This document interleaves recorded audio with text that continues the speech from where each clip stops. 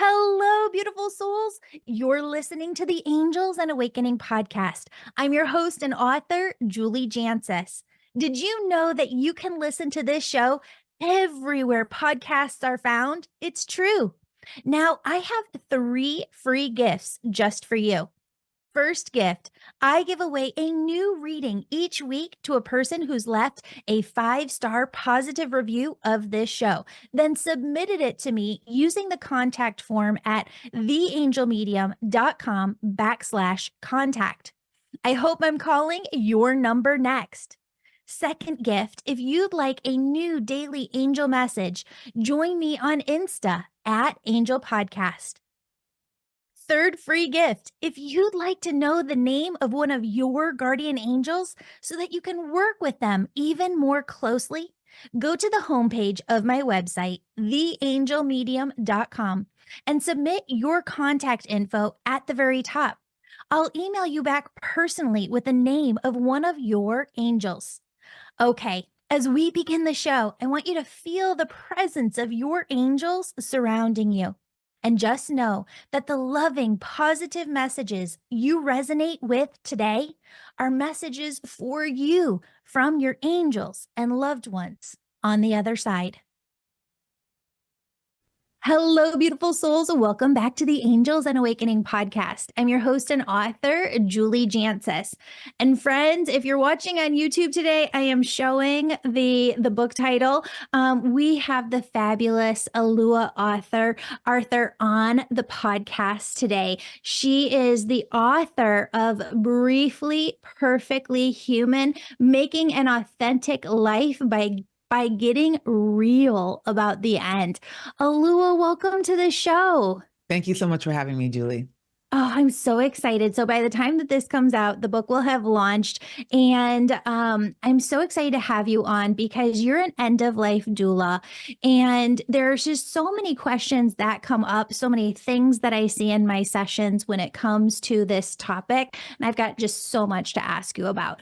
But I want to start with this. You're going along your journey in life, and it calls to your heart to go in this direction to become an end-of-life doula. How did that come up for you, and what does that story look like? I was practicing law for about 10 years at the Legal Aid Foundation of Los Angeles, and it was great work. Realistically, theoretically, to be able to work with folks that don't have enough money to find a lawyer, folks that are having a hard time accessing the system. But it wasn't great for me. It was not a fit for my personality. There's so many details in the practice of law, so much paperwork. And I wanted to sit and talk to my clients about their lives and their pain and their trauma and, what we could do to help them get out of the situation that they were in. And let me tell you what, the system, the way that it was set up is not made for people to get up and out of it. It was very crushing to me. There's a lot of great work being done at legal services, but it wasn't a fit for me. And I grew depressed, not in the casual, oh, I'm so depressed way, but in the clinical depression where it was hard for me to continue engaging in my life as it was. It got to the point where I could no longer go to work, and I took a medical leave of absence. And I went to Cuba through a bunch of beautiful serendipity. I ended up in Trinidad, Cuba, where I got on a bus with a fellow traveler who was named Jessica, who had uterine cancer. And we talked a lot about her life. And then I started asking her questions about her death. And before long, this really deep and rich conversation about mortality came up. It just really sat in between us. It held us in this little bubble where we journeyed together through the things that were undone in our lives and the things that we still wanted out of life and the things that we regretted. And I, for the first time, got to look at my life through the lens of my own mortality and realized that I really didn't like what I saw. I wanted a different life. I wanted one that I salivated over, one that was full of like magic and awe and wonder and beautiful moments. And I'd had a lot of like fun experiences in my life up until then, but I don't know how present I'd been. And I also feel like for a lot of the fun moments I was having in my life, I was trying to fill some type of void. And this helped me see that the void, maybe the thing that I was seeking to fill, was my mortality. I was looking at my death without even noticing I was looking at my death. And that's how I got into the work, or at least that's how I started thinking about the work. Not long after I came back from Cuba, my brother-in-law, Peter St. John, became sick, and that was really sad. And then not long after that, he died, and I got to support him in the last 2 months of his life. And those 2 months were the most rich. They were really full. I was on purpose. I was absolutely singular focused in a way that I'd never experienced myself before. I feel like death can insert some purpose into our lives if we let it, but we have to let it. And I let it. I let it move me. I let it guide my actions and my thoughts and my words. And it created something really beautiful. And from there, I grieved a lot. And then I started a business to support other people in death and dying. You just said something that brought me back to a memory. You know, we all hold space for our friends and our family members when they're going through something really major. And I have somebody close to me who had somebody very, very close to her who was in stage 4 cancer. And so as I would talk to her, she would talk to me about the conversation she was having with her friend who was dying.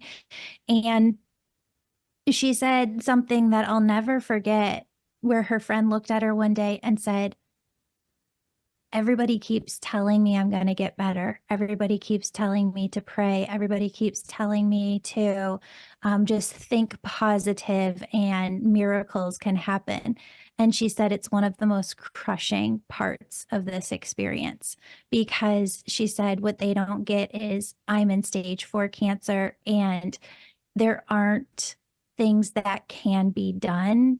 This is it for me. And she goes, and I know this is it for me. And she said, and I don't know how to respond when people say that to me. Um, I think we do this all the time within our We do. relationships, within our conversations. How can we handle this differently and maybe even more appropriately?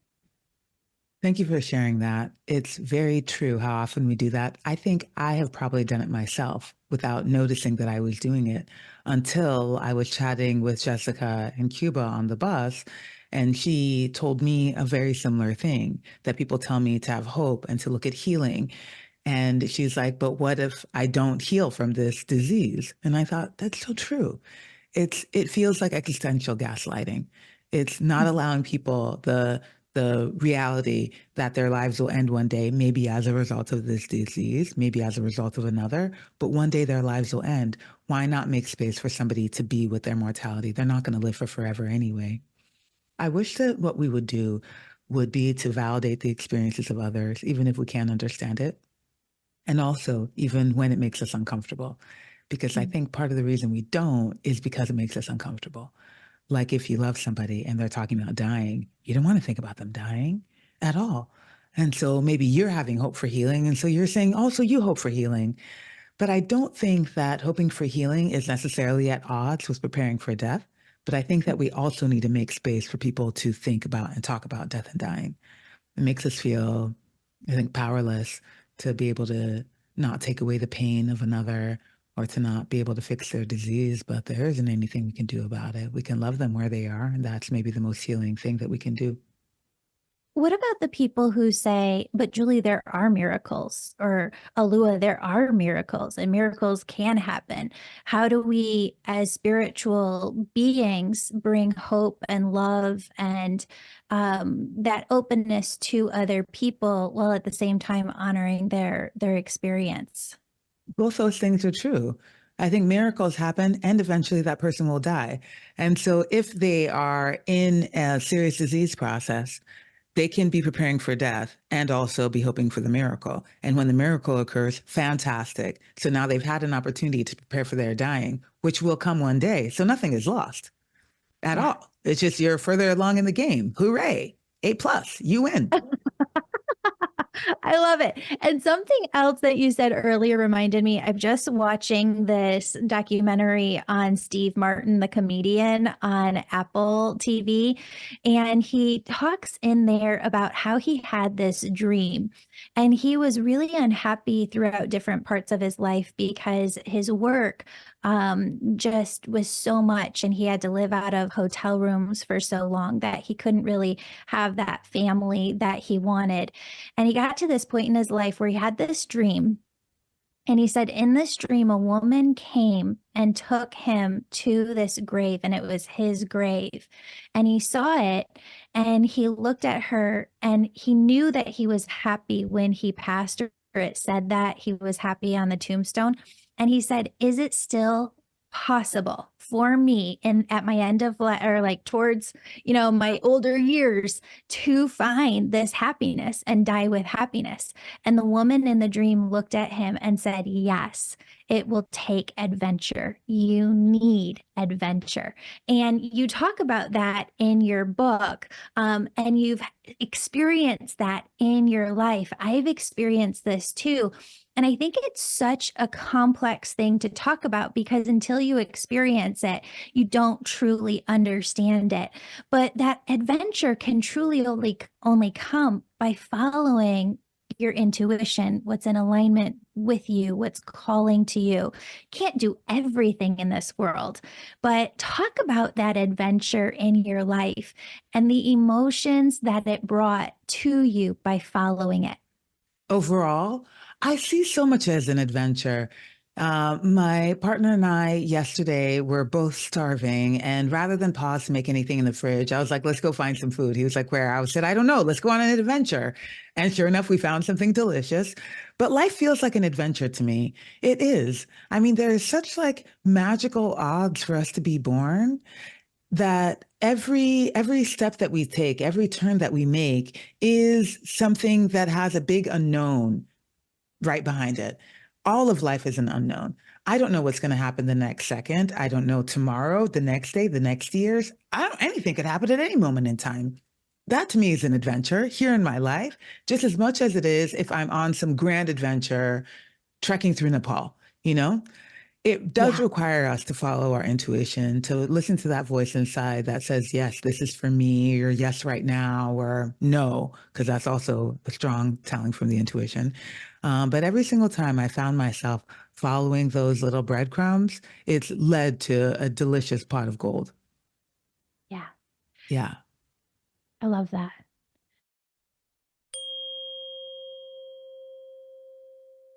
Ready for a little getaway that completely resets your energy?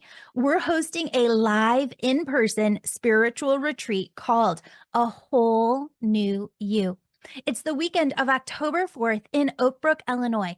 This spiritual retreat is all about your own personal healing and growth, reconnecting with yourself, learning to connect with your angels. And I'm going to talk about all new angels that I've never talked about anywhere before. And you're going to leave with more personal peace, purpose, clarity, and confidence than ever before. Learn more and see the itinerary at theangelmedium.com/retreat. That's theangelmedium.com/retreat. Links are in the show notes. And friend, I cannot wait to meet you and hug you in person.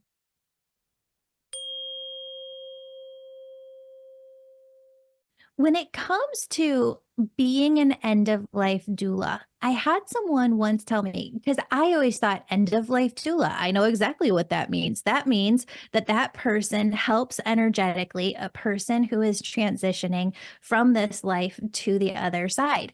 But then I was talking to someone one day and she's like, yeah, I just went through my end of life doula certification and it wasn't what I expected it to be. It was figuring out like, what to do stepwise to help the family take kind of like all the documents that you have to go through, all of like the legal stuff that you need to do towards the end of life. Is it a lot? Are there different programs out there? That's, I guess, what I'm asking. Where more so some are focused on like the legal aspect and how to have the family walk through the process, and some are more like heart-based and spiritual based of energetically walking that person to the other side. Yes, there's a variety of different training programs, which is why I think it's so important for people to think about who they're signing up with when they want to seek doula training. The training program that we have at Going with Grace does have a strong practical component of it, but it also has a serious justice lens and it has a self-exploration lens.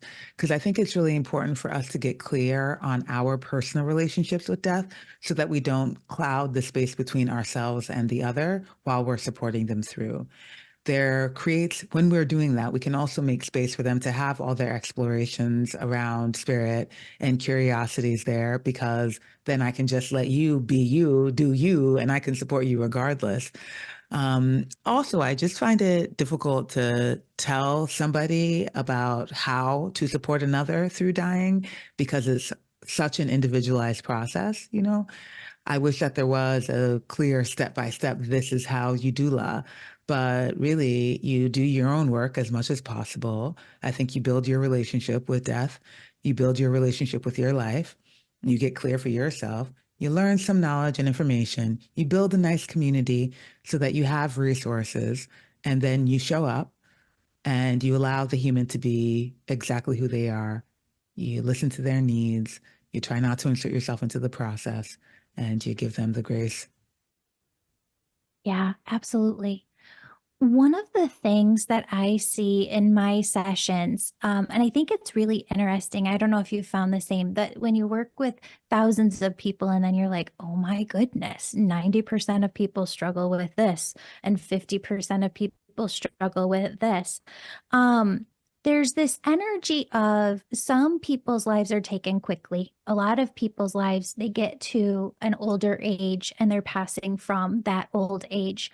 And when I work with those clients on the other side who are bringing through messages to their loved ones, what they often show me is the struggle of releasing these roots that we have energetically, like really ground into the earth realm here of we're mothers and sisters and daughters and how do you leave these roles that you've only known here? And I see from the spirits that I've worked with, it takes so much courage and it takes so much bravery and strength. I think this is one of the hardest things that a lot of us do emotionally. Um, do you see that too? That release of these roles, and how does an end of life doula help a person transition and release those roles? It's a hard part for sure. I find so often that nearing the end of life, the family members or the people that love the person who's dying, they are encouraging the person to let go. And they're saying, it's okay, you can let go. It's okay, you can let go. Whereas what needs to happen often is the people that are still living are the ones that need to let go. Mhm. They're the ones that need to let go. We create such strong, strong, strong bonds while we live. Many of us do. But those strong bonds are the same things that I think make a lot more difficulty as dying is occurring, not only because we will miss them in this capacity, like in the role that they play in our lives right now, but also because it is hard to separate. There's a torment of separation when people are seeing it that way, that it's like this person is going and they're going to be gone and I can't, I don't want to let them go. I think this is sometimes why so many people die by themselves. You know, there's been other people in the room and then they wait until the people leave the room and then they die because it's finally given them a little bit of release to be able to be like, peace out. Thank you very much, but I've got to go right now. There's already so Mhm. much labor that goes into dying. You know, there's a physical labor of the body. I think that there's all the grief, which feels like labor a lot. And then there's also the releasing of the relationships and everything that holds us here energetically and also tangibly. Yeah. I have a lot of healer friends, and I had never thought about it like this. And when they really asked me to look at my own feelings about death. I felt very scared, fearful of almost feeling like the body is going to go through something painful at old age to just release.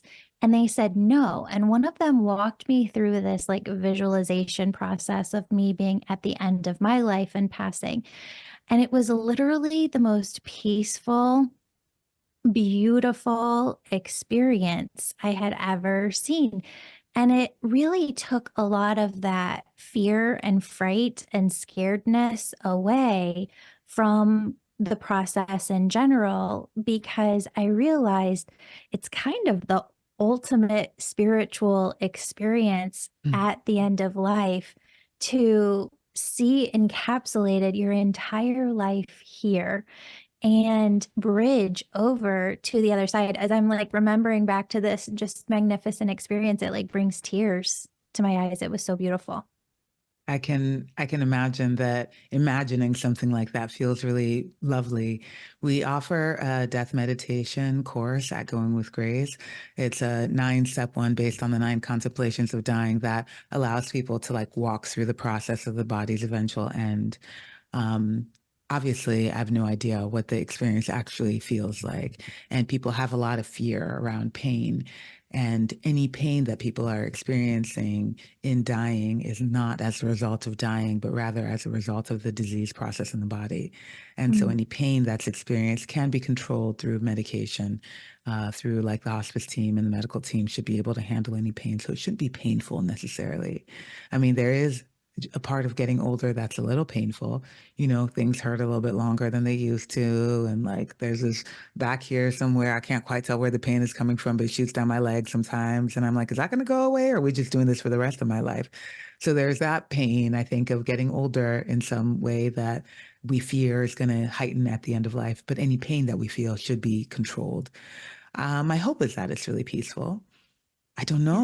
know, I don't know. I Yeah. think I think that's also going to be a great big adventure if we're going to stay on that theme. Like it might be a really wild ride.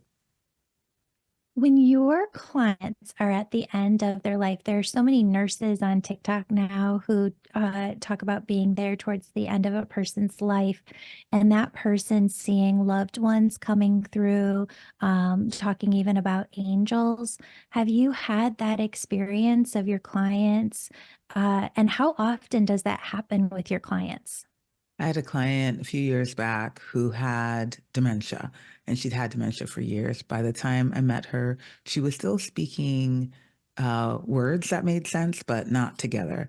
And then after a while, just devolved into just syllables. And she would be having a full conversation with you, but I had no idea what she was saying. And after a while, she had a respiratory event. So she was just in the bed, and it was clear that active dying was soon coming.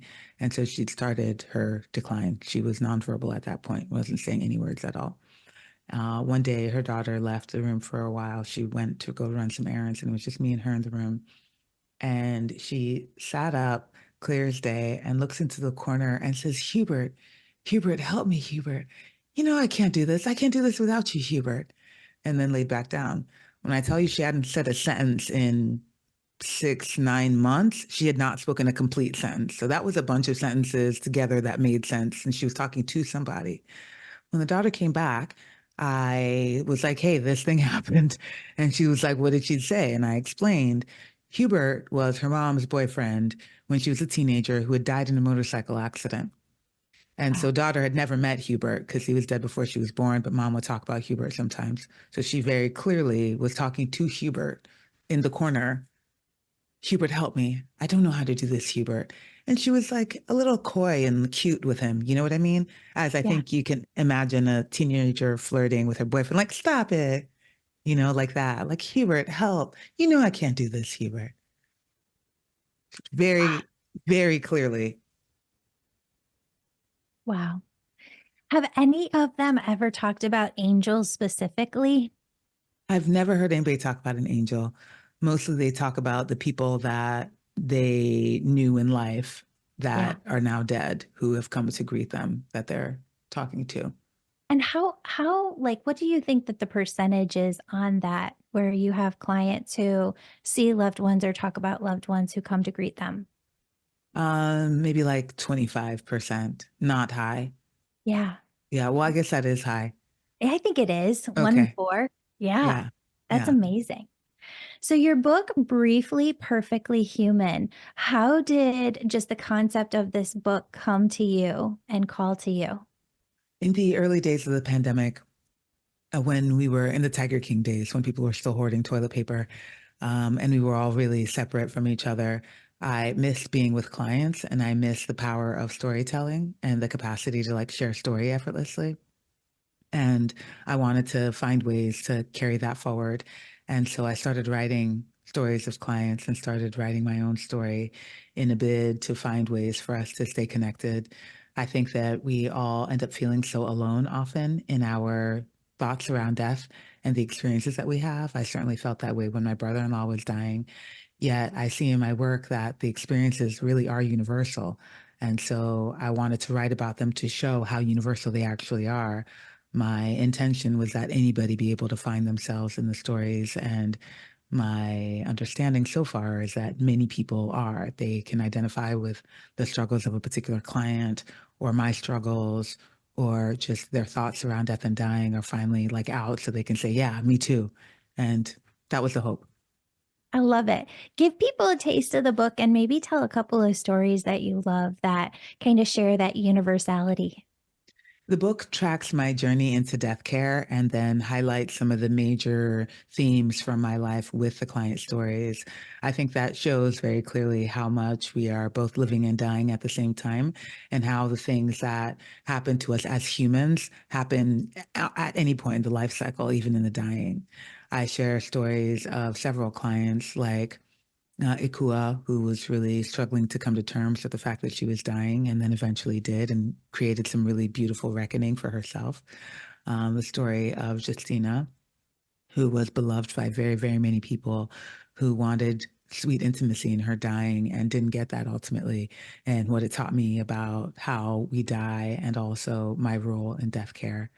I share a story about a client who wanted some end of life planning sessions where she was working through vulnerability and surrender, while also tracking my journey and my conversations with vulnerability and surrender myself. My hope was to kind of like layer the story so that we're not just talking about me because I'm so boring, but rather talk about clients as well. And I say I'm boring because it's my life. You know what I mean? When I hear other people's reflections on it, they don't think it's boring, but I'm like, yeah. Yes, I traveled a bunch. I did some cool things. No, you have been through so much. Throughout the book, you share obviously those personal experiences, be it struggling with depression or dealing with your family's escape from a military coup in Ghana. How did you manage to just navigate these difficult topics emotionally as you're writing about them? Oh, it was definitely a lot of therapy. My therapist was on speed dial during the entire writing process, for real, because it was like I had to go like fold into myself and find all those things again and bring them up and out, but with the emotional depth of when I was experiencing them. So there was a lot of tears. There was a lot of remembering, but there was also a lot of healing. I realized at some point, and somebody gave me this advice a long time ago, but that I was writing from the scar as opposed to the wound. Like it wasn't so fresh and painful anymore. It was like there's distance, there's been some learning, there's been some healing, and now I can tell the story. But I Yeah, did have to put myself back in it in order to be able to share it adequately. And that was difficult at times. I And can't imagine. Yeah, of therapy, course. Yeah. therapy. I like that you have your therapist on speed dial. She was working overtime, honey. Bless you, Nicole. Thank you. You've described losing your sight of sense of self, and I can relate to this because this has happened to me a couple of times in my life. How did you find your way back? I think this is really important for people to understand, the listeners, and I guess specifically too, what role did becoming a death doula play in this journey? I lost sight of myself through, I want to say my work, but it wasn't just my work. This is my work prior to doula work when I was practicing law at legal aid. I think in retrospect that I had listened so much and I had fallen prey to the expectations of other people in society about who I should be and how I should live my life. And while I am Black, and so some of the American markers of success don't necessarily apply to me by virtue of my race, many of them also still do. And I fell into them very effortlessly, which meant that I had to crawl myself back out of them. I had to stop and listen to myself and remember my particular gifts, my skills, my talents, my desires, the things that light me up in the world, and try to redefine success for myself. It used to look like a career that other people thought was valuable and being in service in that way and, doing the noble and just thing for the world, which I am still doing in a different way. But now I can be my whole self. I don't have to put parts of myself down in order to be able to do this work. I think I found my way back to myself by listening. And also, I mean, frankly, some psychedelics. Psychedelics helped a lot. Okay, so I'm going to give the parents over here who might have their kids listening a little warning. Maybe we'll just turn this one off or flip to the next one. Amazing. Well, what psychedelics have you done? Like ayahuasca? I have done ayahuasca. The psychedelic in particular that was really supportive during my depression was mushrooms, was psilocybin. That was really supportive. But yeah, psychedelic medicine has been a really nice ally, a plant ally. But I want to go into this because I think there are a lot of people who are just fascinated. I know I am. You watch biographies about people who have had different experiences, and then it led to just life changing clarity in different ways. And so, how did the experience of mushrooms differ from the experience of ayahuasca? Vastly, very, Oh, very yeah. different. Yeah, I think so. Part of the experience to me of mushrooms is like a deepening, like going very inside and like looking at stuff that I had not wanted to look at for a while.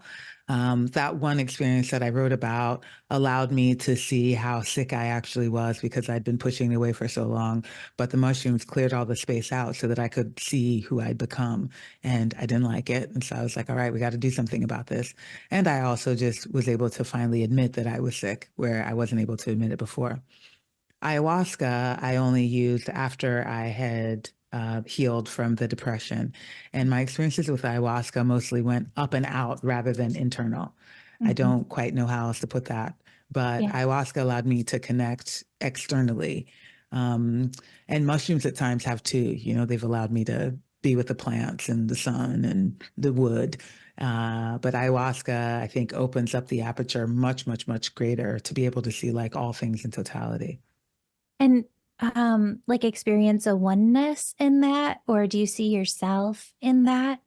Always, Yeah, always. And, it's so classic. And I was joking about this with a friend recently, but psychedelics to me are where we can experience the divine effortlessly if we're yeah. willing, if we're willing. Yeah, absolutely. It's interesting. I see it and I've never done either, but I've wanted to do both. Not as something that you do all the time. It's not like you can become a drug addict of those things. It's more so of like I look at a healing session or therapy as it can open you in different ways. And I know that people say don't use it as a crutch because it can't replace therapy. And I get that too, but I'm just so fascinated by the topic in general. I think that they're a wonderful accompaniment. Yeah, And, I believe this very strongly that they are medicine. And for some reason, they are not legal to be used in many places, but they really should be. I mean, we okay a bunch of chemotherapy drugs, but we don't okay all the rest of these, like actual toxins. It's fine to take, but not the things that grow from the earth that hold incredible power. And I wish that weren't the case. I'm hoping that soon that won't be the case. And actually, there are a bunch of organizations that are working on it, and I'm really grateful. Some folks are working with psilocybin in the end of life space to allow folks that are getting close to the end of life to use psilocybin to like open themselves up and look at the other places that may need some additional attention. really. Yeah. How does that work? Do you have to be strong enough at the end of life to be able to do that experience? You mean physically strong enough? Yeah. On some level, yes. I don't think these are for folks that are like imminently or actively dying, but rather people that just maybe want a little assist in their healing process. To me, they're really useful for mental health as well. I think that they are, as I said before, just a really powerful accompaniment to everything else. Yeah. I'm a fan. I'm a Totally. proponent. All right, with this next one, I'm not going into your beliefs, but my own beliefs about the other side, but more so how it relates to your clients. So I wrote in my first book, Angels and Awakening, that what the angels show me is that we do make mistakes. We're all going to make mistakes in this lifetime. And we can wait till the other side to rectify some of those. Or I see it karmically as weighing more so in a good way here when we rectify those here and we right our wrongs or we make peace in various different ways. Um, do you find that a lot of people who are nearing the end want to heal in that way, that they want to heal those mistakes or right those wrongs or have those conversations? Or is there a lot of kind of still hiding from ourselves at the end? Well, for starters, people who are dying are largely the same as when they were living, except they have some awareness of their mortality. And so, if they were people that were taking accountability and responsibility for the things that they did while they were living, they're probably doing that as they're dying, maybe on a greater level. And if they were people that didn't, they probably still aren't going to. I do have one client, though, who was estranged from her children. She turns out that she probably was somebody who should not have had children. She wasn't a very good mother, and her children had no interest in talking to her. They'd separated. There was a big fracture from decades long. And in her dying, she really wanted her children to be there, and they didn't want to come. They Mm. were complete. They were complete. They had said what they needed to. None of them came. And she had a really hard time with that. And for a long time, she was very justified that they should come and they're not doing her right, etc. But then as she got closer and closer, and I think realized that they really weren't coming, we were able to get a letter out to her kids. The letter had some I'm sorry's, but some of it was still, she was still very right about some of the things that she'd done. But she was at least able to communicate the things that she wanted to communicate to her children before she died. I think in some capacity she was trying to right her wrongs. I'm using air quotes there. But also she was still justified in what she'd done before, which led to the estrangement from her children. Yeah. There's also, I mean, I also wrote about a client who was a terrible racist, and he was that way all the way until the very end. You know, he had no reason to hate me but for the color of the skin I wear, and he was fine with that until his death. What happened there? His sons invited me to come and support them in a disagreement that they were having about their father's access to medication. Their Mm. dad was asking for more medicine. One of the sons thought that he shouldn't have it. They were afraid of the risk of addiction. The other son thought, give him whatever he wants, he's dying. And they were locked in. And I thought that they should probably see a mediator or so, but they really wanted to work with me. And so I drove an hour and a half to where they were. And when I arrived, they greeted me and said, just so you know, our dad is a kind of racist. And I said, I don't know a kind of a racist. Either you're racist or you're not. Like a kind of is an entire racist. And I was angry. I was very frustrated that they'd done that. It felt like they had used me for what they could get from me, Mm. which is the history of whiteness, all centuries long. They had taken from me what they could get without regard for its impact on me. I talked to them about what their disagreement was, and then eventually felt like I really needed to talk to their dad to get a sense of what was going on with him and his desire for pain medication. We just talked about accessing pain meds at the end of life. I think they're really necessary and useful, and he was already getting some. It didn't seem as though he was in physical pain. The nurse was palpating his abdomen. We don't do any medical support at all.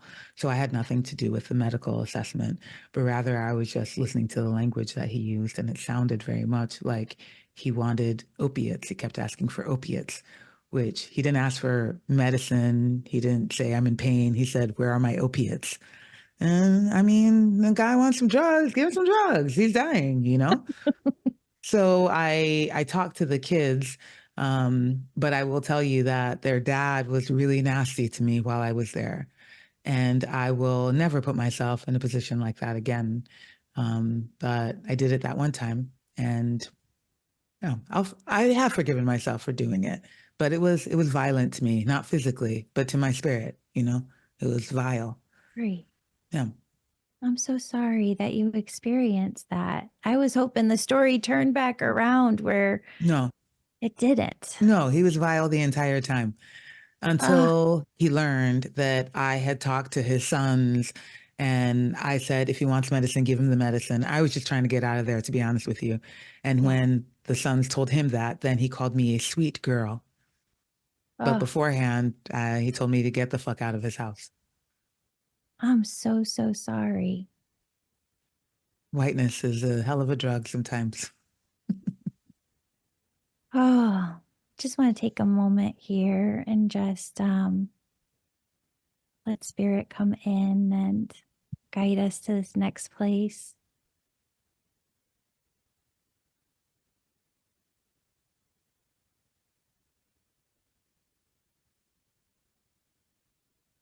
Not to bypass what happened, but just to go to the beautiful work that you do. And I just honor the work that you do because it is so magnificent. And I know that you are just helping serve so many people and helping others step into their power as end of life doulas.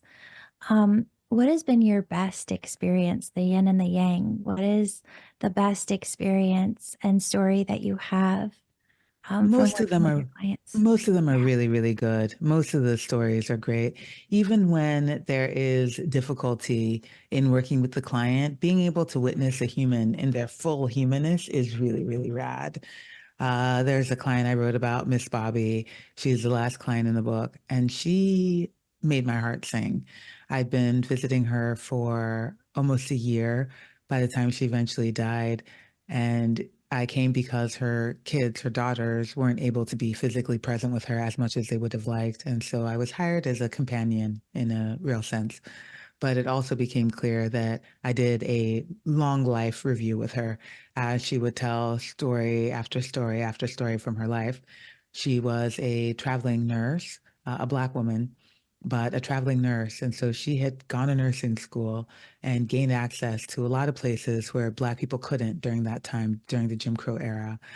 She'd integrated multiple neighborhoods in LA. She'd been married a bunch, divorced a bunch. She joked about one lover. She ran off with a gun because she found him cheating. Like she just was wild. She traveled a lot. She was, she seemed so full of life. Even though she was tiny, she was getting close to death. She had Parkinson's disease in her bed. She looked like a little baby bird, yet she still spoke of life with so much lust and joy. And part of the reason why I adored sitting with her is because Miss Bobby made no apology for the life that she'd lived, for doing things the way that she wanted to, the way that she thought was right. And it is a powerful message, a beautiful example to me about somebody who lived on her own terms at a time when her life was supposed to be a very, very small cookie cutter version of one. She yearned for adventure. She created it. She loved hard. She lost hard. She made no sense of her life whatsoever, but she was really grateful for the ride of it. And that's something that I think we can all take away. absolutely. Absolutely. As we've been talking, I've been getting this vision of um, who hires you now as an end of life doula. Is that typically the siblings? And can you see a day and age where 10 years from now, 20 years from now, it's so common and people are coming home to their own spirituality so much more now? Can you see a day and age where the person who is passing ends up hiring an end of life doula, maybe even before they're in the active stages of passing, when they're in their late 80s, just to get to know that person and have that relationship with that person before their time comes. I'd say about half of my clients were the dying person themselves who have hired me because some of them know that they must prepare. I wrote about a client named Dora who was in her late 60s, I believe, who was like, I'm dying from this disease. I believe she had a bone cancer and was like, I want to prepare. What do I need to do? What's still undone in my life? Let's get at it, honey. Let's go. And working with somebody who has awareness that death is approaching and is just down to do what we need to do is a really beautiful experience. I see Yeah, a future soon where death doulas are part of every aspect of society and not 20 to 30 years. I mean, if I have my druthers, it'll be in like 3. I But love it. yeah, where we have death doulas in schools, we have children that are grappling with illness and disease and death. They are doing active shooter drills. Mhm. They know about the danger of dying from violence, and yet where are the structures in place to help them process that? So we have death doulas in schools. We have death doulas in the military. People are trained to kill and then don't have any support for what happened when they do, or the fact that their fellow soldiers are dying. That would be amazing to have some support there, obviously in hospitals and police departments and fire departments, in like every strata of society, lawyers' offices. We need death doulas, the court system, the jurors that have to listen to horrible details about a death. We need doulas everywhere. We need death doulas everywhere. We are in the midst of a serious mental health crisis. There's a lot of grief that's occurring right now. And a lot of it is occurring, I mean, grief occurs as a result of death anyway, but I think so much of it is because of these deaths that go unacknowledged. Our grief then becomes compounded because there's no space to access it. There's nobody thinking about these kids that are in active shooter drills at school. What is Mhm. the message that we're sending them? How do we help them process what they are experiencing? We don't. Yeah, We that's should. true. How would an end of life doula help in that capacity? Because I just don't know that much about it. Yeah, I think that the death doula could be supportive to help the kids work through their fears Yeah. because I'm sure they're scared because they do these drills because they know that there's a potential that somebody could come in and shoot up the school, right? I've had those fears since my daughter was in kindergarten. I mean, the kindergarten classroom was the first classroom right next to where you walk into the office, and I've had those fears since then. I remember thinking when she was in kindergarten, I can't wait until she's in first grade so that she's at the end of the building, and having those fears based on where she was in the building at what grade. And she's in middle school right now. My husband's a middle school teacher. They're at the exact same school. And I still worry. I try not to let my fears get the best of me, but you can't stop the thoughts that flow in. And it's really, really hard to have them both in there at the same time. So I think if there was a doula who was at the school, the doula could also be supportive to you in your worries, which are totally founded, by the way. You know, we're seeing this happening all the time. Of course, you were worried. Now, where is the support for you in that? And I'm Yeah. sure you probably talk to your friends or other parents, or who knows what your support system is. I trust that you have some, but somebody whose job it is to be present for that emotion about this thing happening at the school Yeah. would be grand because your fears are rooted in the fear of death. Yeah, Hmm. that somebody's going to Oh, come in there and kill them. Yeah, it's a fear of death. yeah. It's like it's so basic to me. It's But also amazing. all of this is so basic to me. I'm like, why are we doing this? I don't get it. I don't understand. No, for sure. And no, it's really, really eye-opening just to even have this conversation. I think that that's really, really beautiful.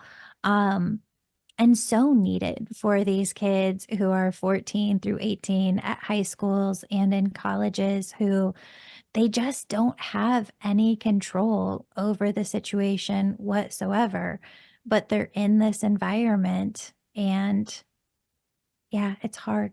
Yeah.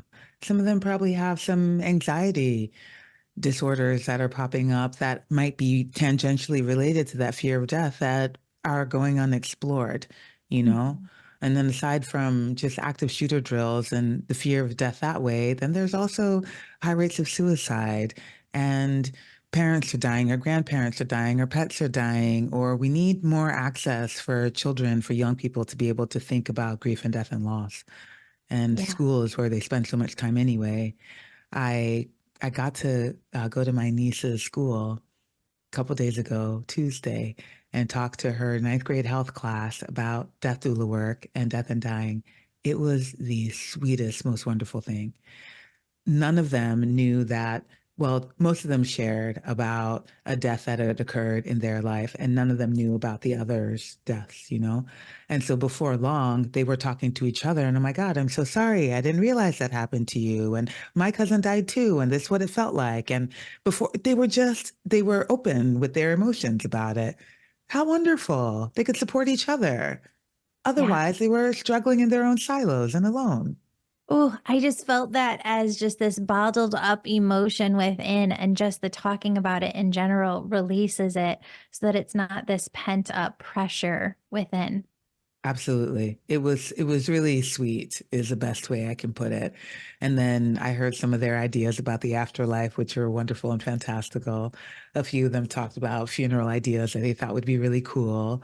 A few of them talked about fears about talking to their parents about death and like, I don't know, are my parents scared? And I thought this is all rad. Talk to your parents. Yeah. See what they think. Oh, interesting. I haven't thought about this in forever.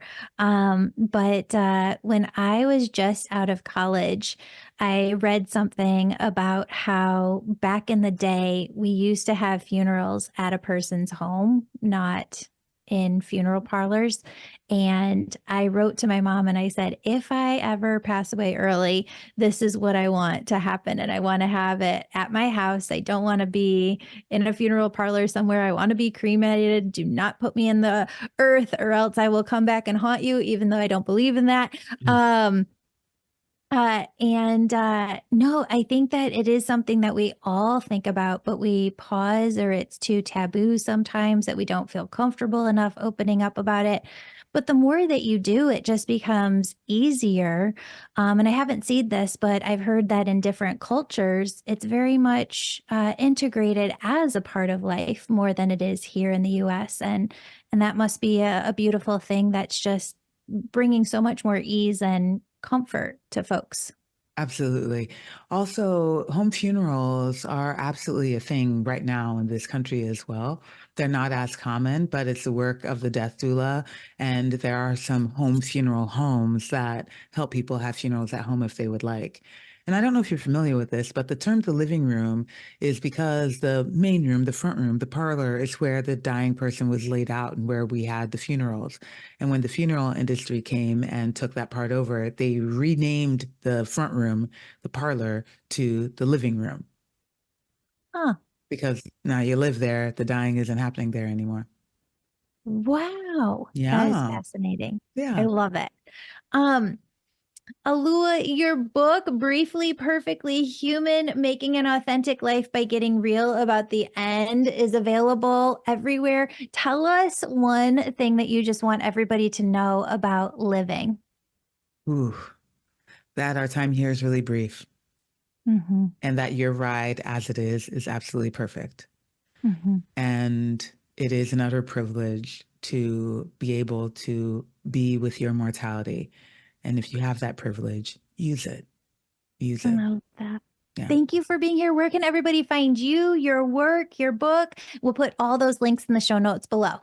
Spectacular. The internet. God bless the internet, but you can find me there. You could Google my name or find us at goingwithgrace.com. Perfect. Thank you for you being you and all the work that you are doing within this world. Thank you very much for having me. It's an actual honor. Thank you. Friends, I need your help reaching as many people as possible. If you'd like to support this podcast and help us spread more hope to the world, please book a session with me, join my angel membership, or take my angel Reiki school. What's the difference? If you'd like to know what messages your angels and loved ones have for you, you'll want to book a session with me. The angel membership is all about your own personal spiritual healing. The membership takes you on a spiritual journey that teaches you how to create your own heaven on earth. And the Angel Reiki School is for those who want to get certified in mediumship, angel messages, and energy healing all at once. These are 3 ways you can help us share a message of hope and love with more people than ever before.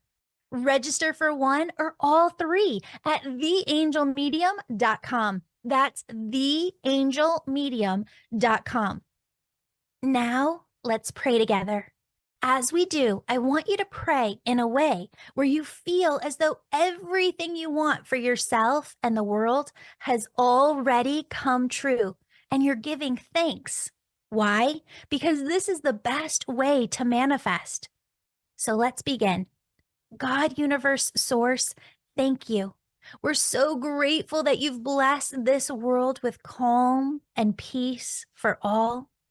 This calm and peace has spread like ripples, soothing the hearts of every soul. Thank you for opening our hearts to abundance, allowing each of us to live our most authentic life, and helping us to create our own heaven on earth. We thank you for the love and deep heart-to-heart connection that surrounds us every day in our relationships. We thank you for the abundance of health and aliveness we feel radiating from every cell in our and our families' bodies. Thank you for the gift of walking this life with us and guiding us every step of the way through your messages. We hear you through our own intuition, and we feel you walking right by our sides, and we overflow with gratitude. Thank you for financial abundance, an abundance of opportunities, miracles, blessings, and prosperity in every way.